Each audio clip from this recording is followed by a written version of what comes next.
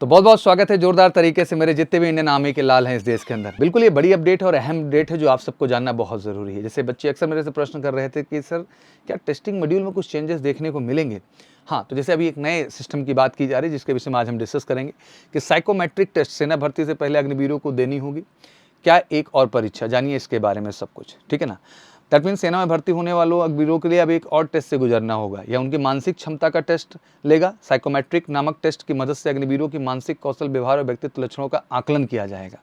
तो बेसिकली ये जो पूरा प्रोजेक्ट नई दिल्ली से अनाउंसमेंट में आया हुआ है कि सेना में भर्ती से पहले अग्निवीरों को एक और टेस्ट से गुजरना होगा।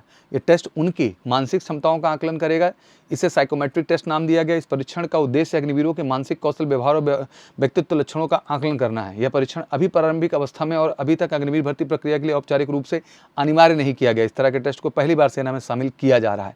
जब आर्मी की हम बात करते हैं तो अभी तक इस तरह का कोई सिलेक्शन सिस्टम या कोई चीज़ रहा नहीं, जिसको अब थोड़ा सा मनोवैज्ञानिक विश्लेषण इसलिए ज़रूरी हो क्योंकि जिस तरह की आपने सुसाइडल केस देखे, बहुत सारी चीज़ें हैं, ट्रेनिंग ड्यूरेशन कम कर दी गई है। तो अब इसके बाद वो देखेंगे कि ट्रेनिंग ड्यूरेशन इतनी कम के बाद जब कैंडिडेट निकल रहा है तो क्या उसको पोस्टिंग देने से पहले देखना होगा कि आखिर मानसिक रूप से, व्यवहारिक रूप से वो कितना तैयार है, क्या वाकई में उसको इसमें पोस्टिंग पे भेजना चाहिए और जो उसका मानसिक कौशल है उसके आधार पे कहाँ भेजना चाहिए, क्या उसे कुछ और ट्रेनिंग ड्यूरेशन की जरूरत है। इन सारे विषयों पर लगातार विचार चल रहा है जिसको सेना सुधार करना चाहती है। इस परीक्षण को विकसित करने में रक्षा अनुसंधान और विकास संगठन DRDO के रक्षा मनोवैज्ञानिक अनुसंधान संस्थान, जिसको DIPR के नाम से आप जानते हैं, मदद की है। DIPR ऑब्वियसली हमारा जो सेगमेंट है कमीशन एंट्री जो हमारी SSB की होती है उसके लिए ऑफिसर्स को ट्रेन करते हैं। ये पूरा साइकोलॉजिकल टेस्ट से लेके, इंटरव्यू से लेके, GTO से लेके इन्होंने पूरा प्लान कर रखा ऑफिसर कैडर के लिए।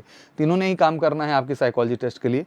क्या है सुनिए। सूत्रों का कहना है कि सेना में तनावपूर्ण परिस्थितियों को देखते हुए मनोवैज्ञानिक विश्लेषण आवश्यक है। लेफ्टिनेंट जनरल सरना ने बताया कि हम रैलियों में विभिन्न नई चीज़ों और तकनीकियों का प्रयोग करते हैं। एक चुने हुए समूह के उम्मीदवारों ने एक कंप्यूटर आधारित मनोवैज्ञानिक परीक्षण में भाग लिया था। ध्यान रखिएगा, यहाँ पे पॉइंट ये ऐड करें। लेफ्टिनेंट जनरल सरना ने बताया कि हम रैलियों में विभिन्न नई चीज़ों और तकनीकों का प्रयोग करते हैं। एक चुने हुए समूह के उम्मीदवारों ने, एक जो चुने हुए हमारे फौजी भाई हैं आर्मी के अंदर, उनके उम्मीदवार को कंप्यूटर आधारित मतलब कंप्यूटर पे बेस्ड मनोवैज्ञानिक परीक्षा में भाग लिया, जहाँ उन्हें प्रश्नों का एक सेट का उत्तर देना था। दैट मीन ऑनलाइन प्रश्न थे और उनको आंसर वहाँ पर क्लिक करना था, जिसमें ज़्यादातर मनोवैज्ञानिक पहलू शामिल थे। फिर अधिकारियों ने बताया कि भर्ती रैली पुणे में Bombay engineering group and centre में आयोजित की गई थी। मतलब ये जो प्रक्रिया थी इसको पुणे में बॉम्बे एंड इंजीनियरिंग ग्रुप के एक सेंटर पे आयोजित किया गया। अन्य अधिकारियों ने बताया कि सेना को शारीरिक फिटनेस, मानसिक मजबूती और तनावपूर्ण परिस्थितियों में अकेले काम करने की क्षमता की आवश्यकता है, क्योंकि बॉर्डर पोस्टिंग है, आपको अकेले रहना है, जिंदगी टफ है। तो एक वरिष्ठ अधिकारी ने कहा कि यदि किसी के पास बल के लिए योग्यता नहीं है तो ये स्थितियां व्यक्ति के मानसिक स्वास्थ्य को भी गंभीर रूप से प्रभावित कर सकती हैं। मनोवैज्ञानिक परीक्षण में इस पहलू को पहचान करना बहुत ज़रूरी है और इसके पहचान से ही चीज़ें में एक प्रॉपर क्लैरिटी आएगी। और साथ ही साथ इन्फेंट्री के एक वरिष्ठ अधिकारी ने जोर देकर कहा कि अग्निवीर कठिन परिस्थितियों में सीमा पर तैनात होते हैं। अगर किसी उम्मीदवार को लगता है कि वह केवल 4 साल की सेवा करेगा, जो एक साइकोलॉजिकल माइंडसेट इस समय बना दिया गया है, जबकि ऐसा है नहीं, सब परमानेंट जाएंगे, ध्यान रखिएगा, तो हो सकता है कि वो अपना सर्वश्रेष्ठ प्रदर्शन ना करे। इसलिए उसके मनोवैज्ञानिक पहलुओं को समझना काफ़ी ज़्यादा आवश्यक हो जाता है। तो बेसिकली यही कहना चाहूँगा, इस टेस्ट की बहुत बड़ी वैल्यू होगी। ये टेस्ट आपकी जो है डिसाइड फैक्टर पे आएगा, तो बड़ा इंपॉर्टेंट है, इसको ध्यान से समझिए। और जो हमारे फौजी भाई तैयारी कर रहे हैं इस समय, बिल्कुल बेटा आपको साइकोलॉजिकली, मेंटली मजबूत होना होगा। दैट मीन आप फौज का हिस्सा बनने जा रहे हैं तो आपको ठान लेना है कि आप 4 साल के लिए नहीं जा रहे हैं, आप परमानेंट के लिए जा रहे हैं। इसी जज्बे और जुनून के साथ जाना। तो सबसे पहले जिन बच्चों की ज्वाइनिंग हो चुकी है, आई थिंक वो ट्रेनिंग प्रक्रिया में चली रहे हैं, हमारे फर्स्ट बैच वाले। सेकंड बैच के बच्चों का लगातार फिजिकल डेट्स हर महीने क्रमशः लगे हुए हैं, दिसंबर, जनवरी, फरवरी मंथ तक। तो सबसे पहले आप सबको बहुत बहुत शुभकामनाएं। जाइए, बिंदास दे के आइए, फोड़ के आइए, कोई दिक्कत की बात नहीं है। और साथ ही साथ एक प्रश्न और बड़ा चल रहा है दिमाग में इस समय कि सर अगली वैकेंसी आखिर कब तक। तो बिल्कुल नेक्स्ट वैकेंसीज़ को लेके जैसे ही कुछ कॉन्क्रीट अपडेट हमारे पास होती है बिल्कुल हम आपके सामने लेके आएंगे। बट जैसे हमेशा की तरह हमने कहा है कि खुद को तैयार रखिए, क्योंकि समय ज़्यादा नहीं मिलेगा आपको रिटन एग्जाम के लिए।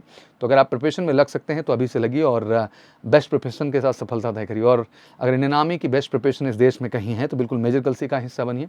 बेस्ट टीम है जो बिल्कुल जीरो से पढ़ाएगी बच्चा, 1-to-1 फोकस करेंगे भैया, आपको बढ़िया रिटर्न आपको तैयार करेंगे, प्रॉपर लैब में टेस्ट करवाएंगे रेगुलर, जिससे आपको रियल एक्सपीरियंस हो सके इस एग्जाम का। और फाइनली रिटर्न का ही कट ऑफ अहम है। फिजिकल की भी पूरी तैयारी और मेडिकल की पूरी व्यवस्था major Kalsi health care centre के माध्यम, जो कि देश की इकलौती मेडिकल हॉस्पिटल है। तो मैं यही कहना चाहता हूँ कि सब कुछ एक ऑर्गेनाइज्ड ढंग से यहाँ पर है। अगर इस बार सपना है आपका इंडियन आर्मी, तो आइए एमकेसी के साथ लगनी और 100% वादा है कि हर बच्चे को बस 100% परमानेंट कैटेगरी में ही भेजने का सपना। और अगर दोबारा आप कोई मुंह पे बोले कि क्या 4 साल नहीं, कि तो 4 साल नहीं, मैं परमानेंट होने इंडियन आर्मी जा रहा हूँ इसी कमिटमेंट के साथ। बाकी कोई क्वेरीज हो तो कमेंट सेक्शन में जरूर मेंशन करिएगा। बाकी बैच से रिलेटेड कुछ जानना है तो कॉल कर सकते हैं 9696330033। ये नंबर आपको दिखाई भी दे रहा है। Thank you so much. जय हिंद, जय भारत।